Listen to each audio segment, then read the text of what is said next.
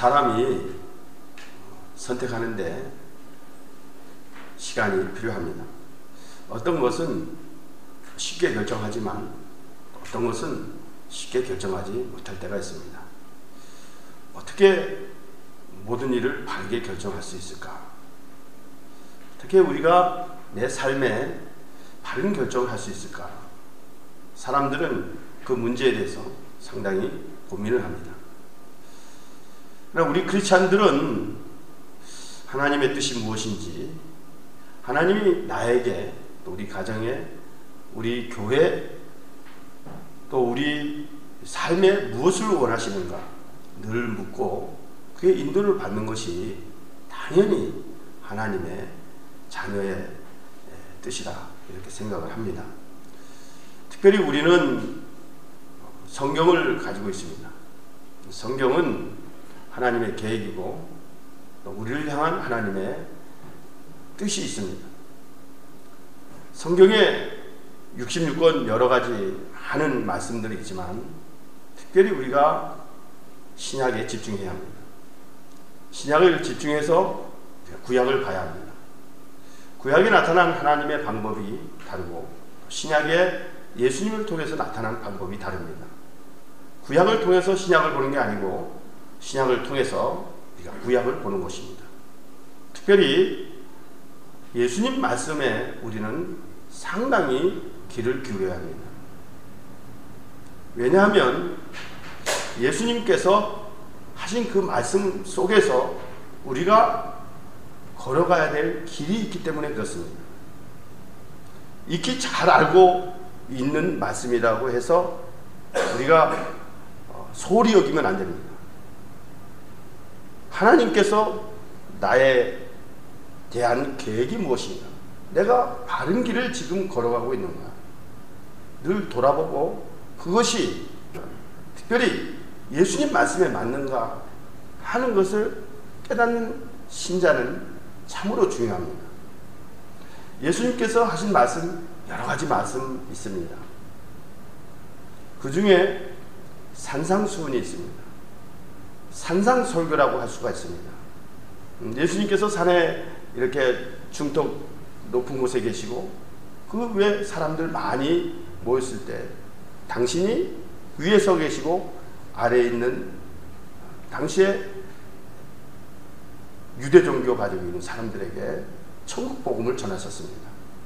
그것을 가리켜서 산상수훈, 산상설교 이렇게 말하는데 그 내용이 바로 마태복음 5장에서부터 7장입니다.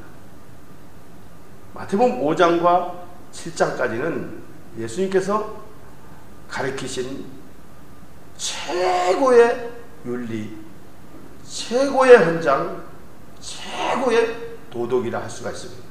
이것은 어떤 율법적인 요구가 아니고 하나님의 백성, 천국 백성이 순종하고 따라가야 될 그런 말씀입니다. 그래서 예수님은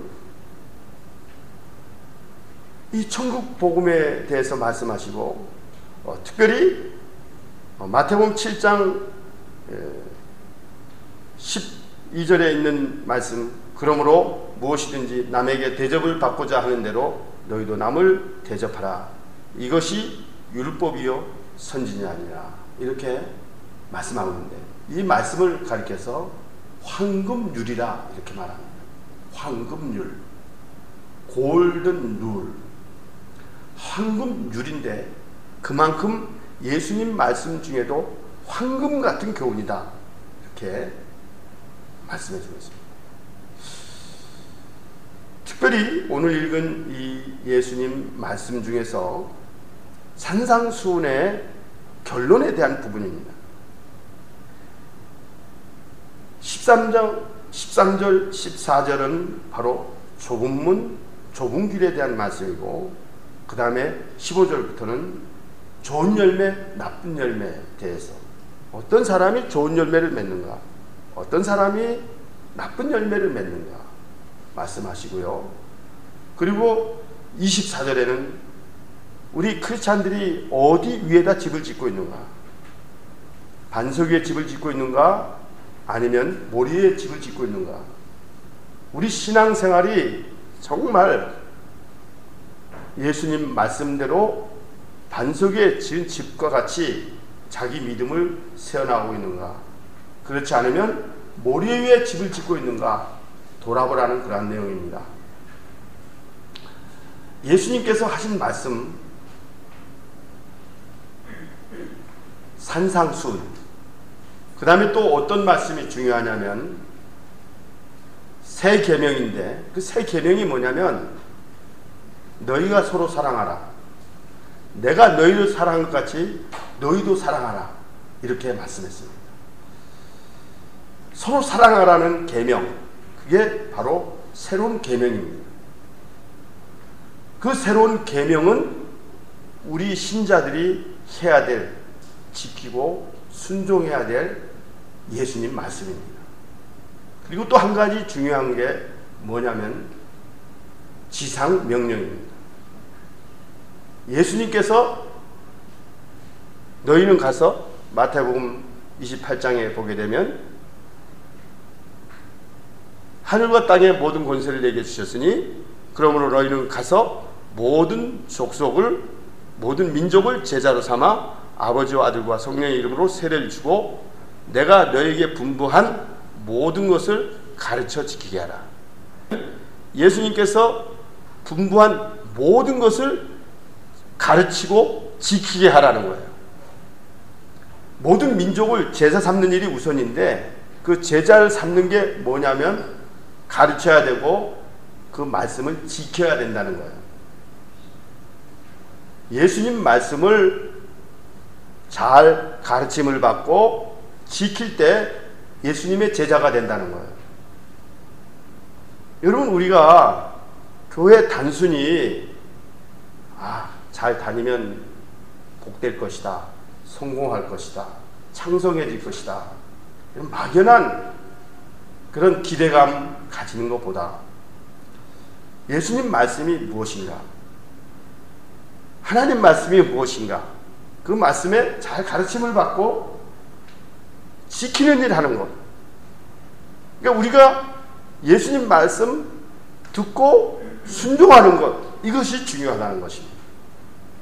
여러분, 오늘 읽은 이 본문의 말씀에 보게 되면 예수님께서 좁은 문으로 들어가라, 멸망으로 인도하는 문은 크고 그 길이 넓어 그리로 들어가는 자가 많다, 이렇게 말씀해 주고 있습니다.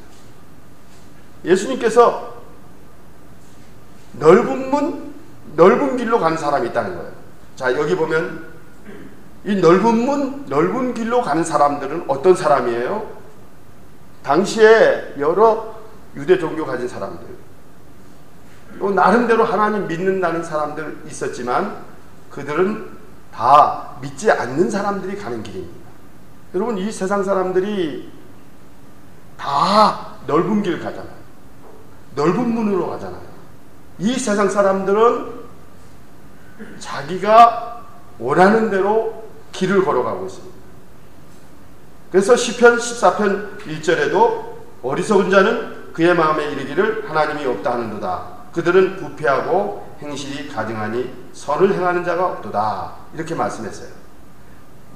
자, 잠언 14장 12절 한번 다 같이 읽겠어요. 시작. 어떤 길은 사람이 보기에 바르나 필경은 사망의 길이니라. 자, 사람들은 자기가 볼 때 쉬운 길, 편한 길, 넓은 길, 모든 사람들이 가는 길을 원합니다. 근데 그 길이 자기가 보기에는 바른 것 같지만 사망의 길이라는 거예요. 고린도전서 2장 14절에도 보게 되면 같이 읽어보겠습니다. 시작. 육에 속한 사람은 하나님의 성령을 받지 아니하나니 이는 그것들이 그에게는 어리석게 보임이요 또 그는 그것들을 알 수도 없나니 그러한 일은 영적으로 분별되기 때문이니라. 예. 그 고린도전서 2장 14절에서 또 보게 되면 세 가지 종류의 사람에 대해서 얘기해 주고 있어요. 여기 육에 속한 사람은 내처맨, 자연인을 말하는 거예요. 이 육에 속한 사람은 성령을 몰라요. 성령의 일들을 몰라요. 넓은 길만 가는 사람들이에요. 편한 길만 가는 사람들이에요. 쉬운 길만 가는 사람들이에요. 모든 사람들이 가는 그 길을 가려고 해요. 뭐 좁은 길이 어디 있어요? 험한 길이 어디 있어요? 쉽고 편한 길을 가는 거예요. 그 사람들은 심판을 믿지 않아요. 세상 종말을 믿지 않아요. 오늘 잘 먹고 내일도 편하게 살면 되고, 어떻게 하면 쉬운 길, 어떻게 하면 평탄한 길 가려고 하는 게 세상 사람들이에요. 그들은 내세라는 걸 몰라요. 죄라는 걸 몰라요. 심판이라는 걸 몰라요. 영생이라는 걸 몰라요. 믿고 싶지도 않아요. 듣고 싶어 하지도 않아요. 하나님이 없다는 거예요. 그게 바로 넓은 문, 넓은 길 가는 사람들이에요.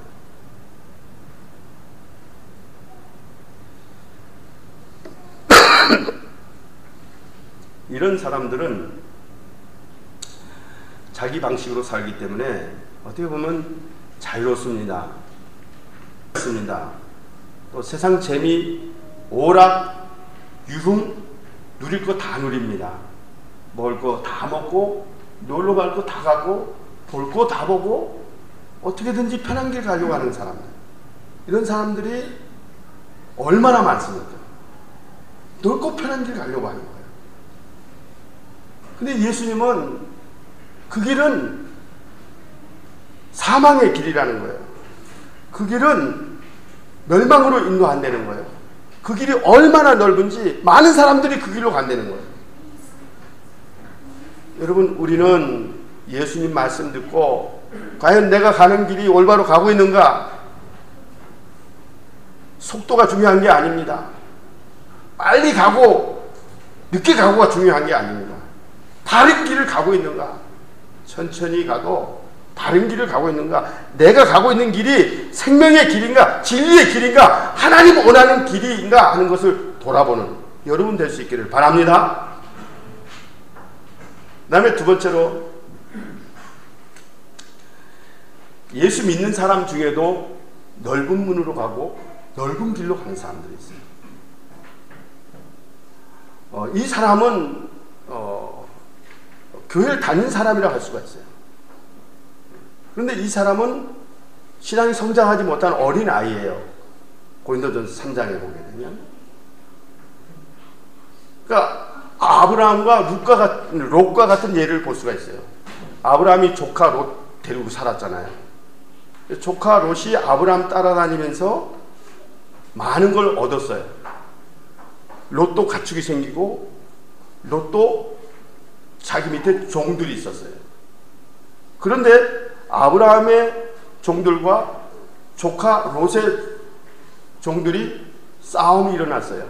서로 좋은 목적지를 가지려고 싸움이 일어났어요. 그러니까 아브라함이 자기가 길러준 조카입니다. 아버지를 일찍 잊고 부모도 없는 조카 롯을 아브라함이 데리고 길렀습니다. 그런데 아브라함은 조카 롯에게 우선권을 주었습니다. 내가 가고 싶은 데 가라. 내가 원하는 데 원해라. 내가 좌하면 나는 우측을 택하겠고, 내가 우측을 택하면 나는 좌측을 택하겠다. 이렇게 이 롯에게 양보를 했어요. 이 롯이 보니까 창세기 13장에 보게 되면 눈을 들어 요단 지역을 바라보니까 온 땅에 물이 넉넉했어요. 여호와의 동산 같았어요. 눈으로 보니까 얼마나 넓고 얼마나 물이 좋은지, 그곳은 애굽 땅과 같았어요. 롯은 하나님이 원하는 땅인지 하나님이 원하는 길인지 생각 안 했어요. 눈에 보이는 대로 편한 거 생각한 거예요. 더 많이 벌 수 있고, 더 성공할 수 있는, 더 자기를 불켜나갈 수 있는 그런 땅을 택한 거예요. 근데 그런 땅이 어떤 땅이에요? 눈으로 보기 좋았지만 그 땅은 소돔 땅이에요. 죄악이 가득 찬 곳이에요. 한 번 선택한 것으로 인해서 그 롯은 그 땅의 삶으로 속화가 된 거예요. 변질이 된 거예요. 타락이 된 거예요. 아브라함을 따라가면 말씀을 붙잡고 가나안 땅까지 갈 수 있지만 자기 눈에 보이는 것만 생각하고 그 땅을 선택한 결과 결국 롯은 어떻게 됐습니까? 자기 딸이 결국 나쁜 관계를 맺게 되고, 또 자기 아내는 소금 기둥이 되어버렸잖아요. 가정적으로 깨져버리고 만 거예요. 성경에는 하나님 믿는 사람들이 타락한 사람들이 많아요. 예수 믿는다고 한 사람들이 많아요. 예수님 제자들도 그렇고 정말 예수님 따라가는 사람들이 많지 않았어요. 고린도전서 3장에도 그 뒤로 쭉 보게 되면 집을 짓는 사람이 나오는데, 어떤 사람은 금과 은과 보석으로 집을 짓고 어떤 사람은 나무와 풀과 집으로 짓는다 그랬어요. 그런데 각 사람의 공력이 나타나서 그날의 공적이 불로 나타나는데, 만일 누구든지 그 위에 세운 공적이 그대로 있으면 상을 받고 누구든지 그 공적이 불타면 해를 받는다 그랬는데, 뭐라 그랬냐면 자신은 구원을 받되 불 가운데서 받으리라 이렇게 말씀했어요. 구원은 받지만 불 가운데 받는다는 거예요. 어떤 사람은 불에 타지 않는 재료 금과 은과 보석으로 짓는 사람이 있고, 어떤 사람은 나무와 풀과 집으로 집을 짓는데 나중에 그 공적이 불로 나타나는데 나무와 풀과 집으로 짓는 건 다 타버리고 금과 은과 보석으로 짓는 건 남는다는 거예요. 그게 바로 뭐예요? 고린도 교인들이 육신에 속한 신자라는 거예요. 하나님을 믿는다고 하지만 육신대로 사는 거예요. 하나님을 의지하지만 세상 가운데 사는 거예요. 어린아이 같은 신앙이라는 거예요. 그래서 여기 히브리서 5장 12절에도 말씀해 주고 있어요. 한번 다 같이 읽어보겠어요. 히브리서 5장 12절 14절입니다. 시작. 때가 오래되었으므로 너희가 마땅히 선생이 되었을 터인데, 너희가 다시 하나님의 말씀의 초보에 대하여 누구에게서 가르침을 받아야 할 처지이니, 단단한 음식은 못 먹고 젖이나 먹어야 할 자가 되었도다. 이는 젖을 먹는 자마다 어린아이니 의의 말씀을 경험하지 못한 자요, 단단한 음식은 장성한 자의 것이니 그들은 지각을 사용함으로 연단을 받아 선악을 분별하는 자들이니라. 때가 오래므로 선생이 돼야 돼요. 예수 믿는다는 건 증거가 생겨요. 예수님 믿는 건 실제가 있어요. 예수 믿는 것은 받은 증거 많도다. 믿음은 바라는 것들의 실상이요 보지 못하는 것들의 증거니 그랬어요. 믿음으로 나가면 고난도 이기는, 그래서 실상과 증거가 생겨요.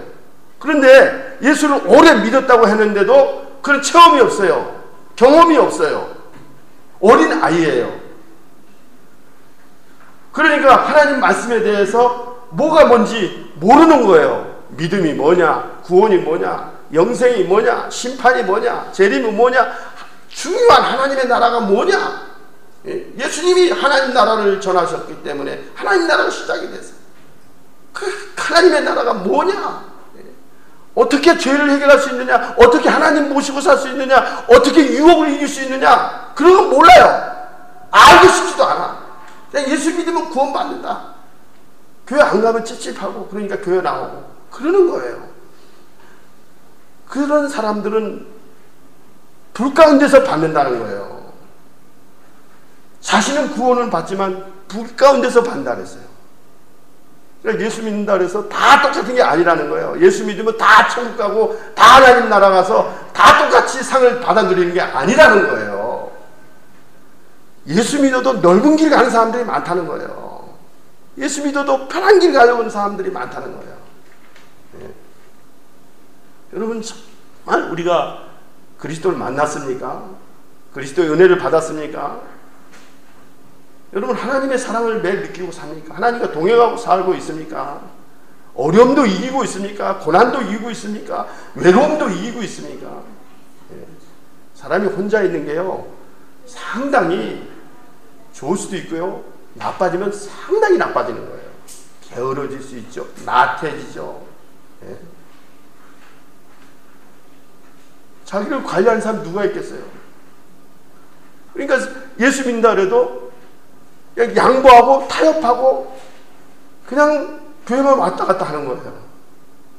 이런 사람은 예수를 믿었다고 해도 넓은 문 많은 사람이라는 거예요.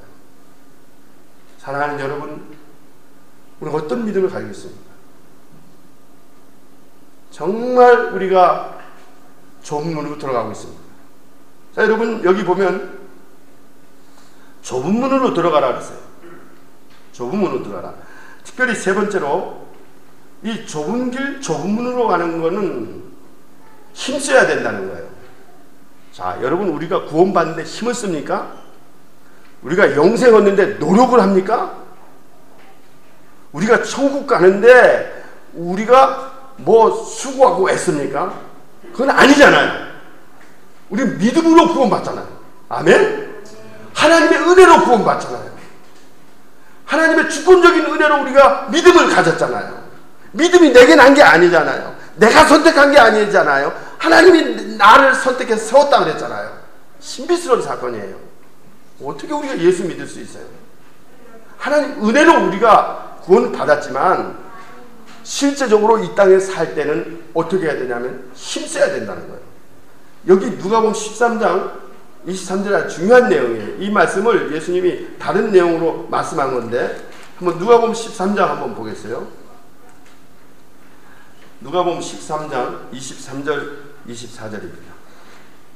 같이 한번 읽겠어요. 시작. 어떤 사람이 여짜오되 구원을 받는 자가 적으니까 그들에게 이르시되 좁은 문으로 들어가기를 힘쓰라. 내가 너희에게 이르노니 들어가기를 구하여도 못하는 자가 많으리라. 예수님께서 이 말씀 어떤 사람이 와서 물어본 거예요. 주여 구원받는 자가 적으니까 이렇게 물어보니까 좁은 문으로 들어가기 힘쓰라는 거예요. 좁은 문으로 가야 된다는 거예요. 좁은 길로 가야 된다는 거예요. 그 길은 많은 사람이 다니지 않지만 그 길에 구원이 있다는 거예요. 생명이 있다는 거예요.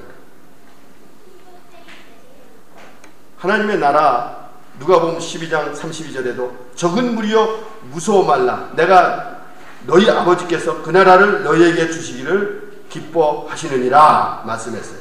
적은 무리라 그랬어요. 우리 한국의 크리스찬들이 자꾸 숫자가 죽잖아요. 적어지고 있어요. 지금 모슬림에 대해서 어떤 그 집사님이 간증하는 거 보니까 지금 모슬림 때문에 한국이 상당히 어렵습니다. 선교를 중국에서는 할 수 없잖아요. 사회주의 국가니까. 또 일본에서는 과거에 어떤 사람이 이 모슬림은 아주 나쁜 종교다 이렇게 얘기를 했대요. 그래서 일본도 모슬림 국가들이 선교하는 걸 포기했대요. 근데 한국이 지금 종교 자유가 있고 이렇게 하다 보니까 많은 근로자들 통해서 그들이 공부한다는 명목으로 이슬람 본부에서 재정 지원을 해줍니다. 그 학교 갈 수 있게 하고 또 취직도 하게 하고, 그리고 한국에 와서 결혼하게 되면 결혼한 사람들에게 몇 천만씩 모슬림권에서 지원을 해준다는 거예요. 우리 한국 사람들 지금 청년들 30대 40대 돼서도 결혼 안 하잖아요. 직장 포기하고 결혼을 포기하고 연애도 포기하고 그렇게 하면서 삼포시대 살고 있잖아요. 근데 이 사람들은 들어와서 애부터 낳는 거예요. 이게 조금 있으면 우리 한국의 크리스찬들이 숫자가 줄어들고 몇백만, 300~400만으로 줄어들고 모슬림권 사람들이 엄청 많이 자식을 낳게 되고, 이제 제3대 종교로 우리 기독교가 네 번째로 밀리고 세 번째가 모슬림 국가가 된다는 거예요. 모슬림권 사람들이 된다는 거예요. 그래서 전략적으로 지금 한국의 모슬림을 지금 전하고 있잖아요. 여러분, 우리가 지금 정신 차려야 됩니다. 미래를 봐야 됩니다. 내가 지금 세상 사람들이 가면 안 돼요. 우리 예수님 가신 길을 가야 되는 거예요. 구원은 은혜로 받았지만 행위로 받지 않고 내 노력으로 안 받았지만 하나님의 은혜로 이렇게 구원해준 나는 이제는 세상 사람들이 가는 길이 아니라 예수님 가신 길, 십자가의 길, 고난의 길을 가는 거예요. 그런 사람이 시간을 헛되이 보내겠어요? 돈을 함부로 쓰겠어요?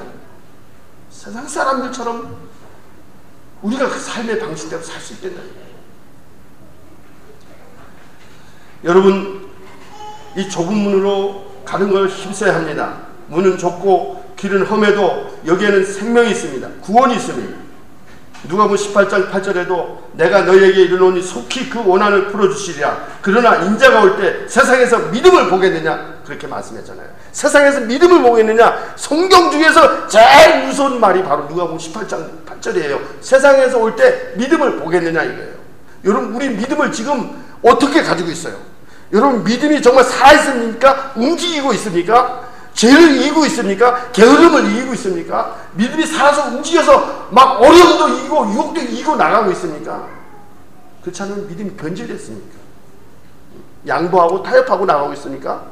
안 믿는 사람과 세상 사람들이 가는 그 길을 나도 따라가고 있지 않습니까? 넓은 길로 간다는 거예요. 여러분, 다니엘 킴 유튜브에 들어가면은 그분 설교를 들을 수가 있어요. 다니엘 킴 그분 책을 제가 철인이라는 걸 이렇게 보게 됐는데, 전에도 여기 토론토 와서 설교를 했었어요. 일본에서 10년 살고 그 후쿠오카에 있으면서 거기서 전도하면서 노방 전도를 했어요. 자기 여동생하고 전도를 하고, 자기 아버지가 야쿠자인데 아주 깡패 두목이었어요. 일본의 야쿠자는 얼마나 무서운 단체. 근데 그 아버지가 변심하고 회심하고 하나님께 돌아왔어요. 그래서 이분이 후쿠오카에서 아무도 없는 곳에서 거기서 예수 믿으라고 전도한 사람이에요. 그 열매가 얼마나 어려워요. 일본이 얼마나 어려운 지역이에요. 그런데도 자기는 그런 열매가 없었지만 그렇게 하는 가운데 하나님께서 자기에게 너무 많은 은혜를 주셨다는 거예요. 그리고 이 사람이 미국에 가서 육군사관학교 들어간 거예요. 육군사관학교 들어가서 세상 엄청 고생했잖아요. 어떻게 너 같은 동양 사람이 이곳에 들어오느냐. 침을 뱉고 머리를 때리고 발로 차고 새벽에 일어나서 막 고참들이 훈련을 시키고 그렇게 하는 가운데도 거기서 묵묵히 견디는, 좀 자기를 좀 다듬어서 훈련해야 되겠다. 편한 거 좀 버리고, 그래서 육군사관학교 들어와서 고생을 하는 거예요. 그래가지고 결국 나중에는 이제 종교부장까지 되고, 그리고 이제 미국에서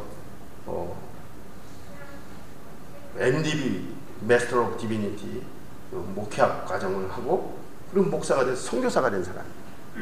근데 이 사람은 한 곳에 열흘 동안 있질 않아요. 그냥 자기 배가고 이 짐이 그게 바로 자기 집이에요.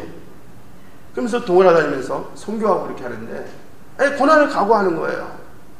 희생을 각오하는 거예요. 대접받는 거 안 하고 그냥 복음 전하는데 온 힘을 기울이고 있는 거예요. 근데 그 사람이 얘기하는 게 뭐냐면, 믿음이 우리가 죽으면 안 된다는 거예요. 지금 믿음, 지금 우리가 누가 먹여주고 지금 누구 보고 따라가는 게 아니고, 내가 십자가 앞에 엎드려서 그 주님 십자가를 묵상하면서 내가 지금 고난과 어려움을 각오하면서 좁은 길을 가야 된다는 거예요. 그러니까 단순히 교회 다니는 사람이 아니고 철인을 만들어야 되는 거예요. 강력한 철인, 자기 믿음의 몫을 감당하는 실력 있는 크리스찬이 돼야 된다는 거예요. 그래서 그분이 중국의 지도자들을 이렇게 봤는데, 중국의 지도자들을 아무나 세우지 않는다는 거예요. 어떤 사람이 중국 교회 지금 지도자가 되느냐? 중국 지도자가 첫째가 되는 게 뭐냐면, 개척교회를 해본 사람, 개척교회 해본 사람이 리더가 될 수 있다는 거예요. 두 번째로는 감옥에 들어가 본 사람, 감옥에 들어간 사람, 예수님을 만나고 예수님 때문에 핍박받아서 감옥에 들어간 사람, 그 사람이 지도자가 된다는 거예요. 아무나 지도자 세우는 게 아니라는 거예요. 그 다음에 세 번째로 성경을 몇 번 봐야 되는 줄 알아요? 100독을 해야 된다는 거예요. 100독. 성경을 100번 읽은 사람, 신구약 100번을 읽은 사람이 리더가 될 수 있다는 거예요. 여러분, 중국 교회가 지금 엄청 부흥이 일어나고 있어요. 한국에 지금 켜졌던 이 성령의 불이 꺼지고 지금 중국으로 가고 있는 거예요. 아무나 지도자가 되는 게 아니에요. 여러분, 예수 믿는다고 하면 다 똑같은 게 아니에요. 집사라는 다 똑같은 집사가 아니에요. 목사라는 다 똑같은 목사가 아니에요. 교회가 다 똑같은 게 아니에요. 생명을 걸고 하나의 밀이 돼서 십자가의 길을 걸어가는 거. 십자가 때문에 내가 죽고 육적인 나를 죽이고 게으름도 죽이고 정욕도 죽이고 그 예수 십자가를 내 몫에 태워서 날마다 자기를 부인하고 자기 십자가를 지고 가는 사람, 그런 사람이 좁은 길 좁은 문으로 가는 사람이라는 것입니다. 아멘.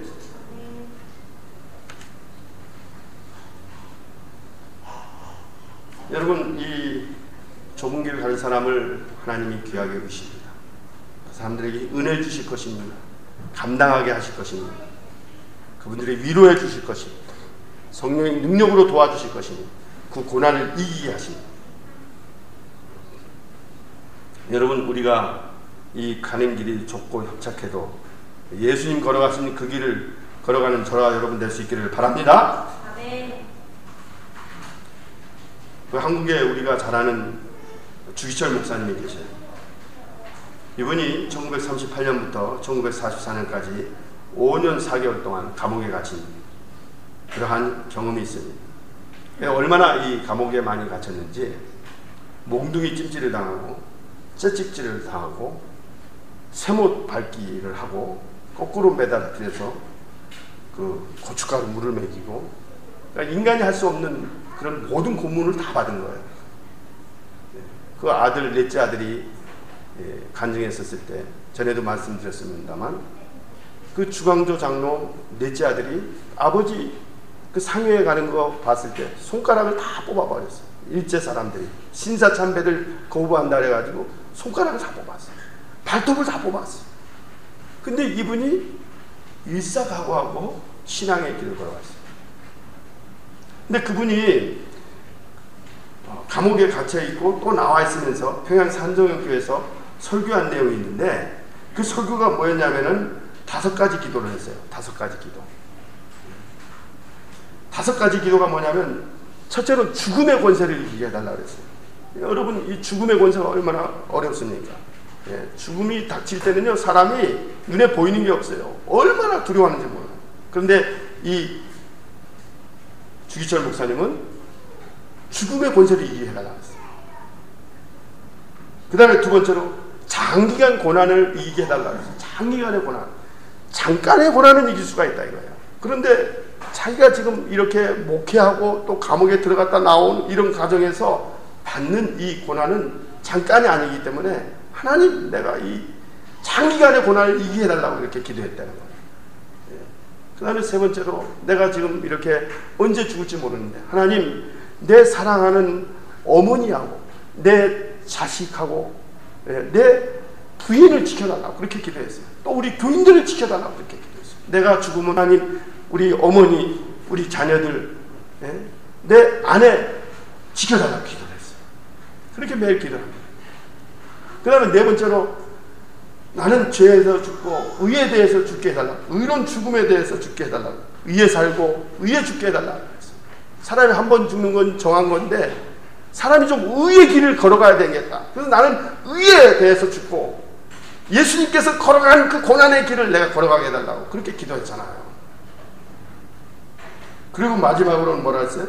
내 영혼을 주님께 부탁하는 그런 기도와 설교를 했어요. 그가 마지막 그 평양 산정교회에서 내 영혼을 주님께 맡기는, 우리의 마지막을 주님께 맡기는, 그렇게 기도를 했어요. 얼마나 대단합니까? 네. 주기철 목사님뿐만 아니라 우리 신앙의 선진들 얼마나 고생했습니다. 저희 장인 목사님, 참 그때 보면요, 제가 이렇게 참 그래도 부족한 게 많지만 우리 장인 목사님 얼마나 훈련을 빡세게 시켰는지 몰라요. 새벽에서부터 기도 훈련 시키지요. 네? 나가서 전도 훈련 시키지요. 그때 배웠어요. 기도 훈련, 전도 훈련을. 지금까지도 그게 몸에 뱉다니까요. 근데 당신 이제 몸이 아프셔서 84세가 돼서 고난의 길을 가는데 이제는 다 자기 인생을 맡기고 그리고 가는 거예요. 여러분, 우리 신앙의 선진들 얼마나 그랬어요? 우리 부모님들 얼마나 그랬어요? 우리 한국교회가 거저된 거예요. 여러분, 부모님들 편하게 해주고 자식들 다 해주고 없는 거 없이 다 해주니까 자기가 잘나서 된 줄 알아요. 좋은 것만 받아서는 정말 부모를 제대로 모르는 거예요. 우리가 자원해서 모세가 애굽의 공주의 바로의 아들이라 칭하면 거절하고 자기 백성과 고난받는 길을 걸어갔잖아요. 일꾼이잖아요. 사명자잖아요. 그런 사람들이 하나님 기뻐하는 공동체잖아요. 먹을 거를 안 먹고 잘 거를 안 자고 누릴 거를 안 누리고 모든 사람들이 다 넓고 편한 길을 가는데 나는 하나님의 자녀, 나는 예수의 피로 갖추고 산다. 예수님이 나에게 하나님 나라를 안겨주셨다. 나는 영원한 번영이 있다. 내 한 목숨 하나님의 미리 되겠다. 난 주님과 같이 그 길을 걸어가겠다. 좋은 길, 좋은 문으로 가는 사람, 참 귀한 사람이고 마침내 하나님이 도우시고 그 사람을 축복하시고 그 가정을 복되게 하시고 그 가정을 성공케 하시는 하나님이신 걸 믿을 수 있기를 바랍니다.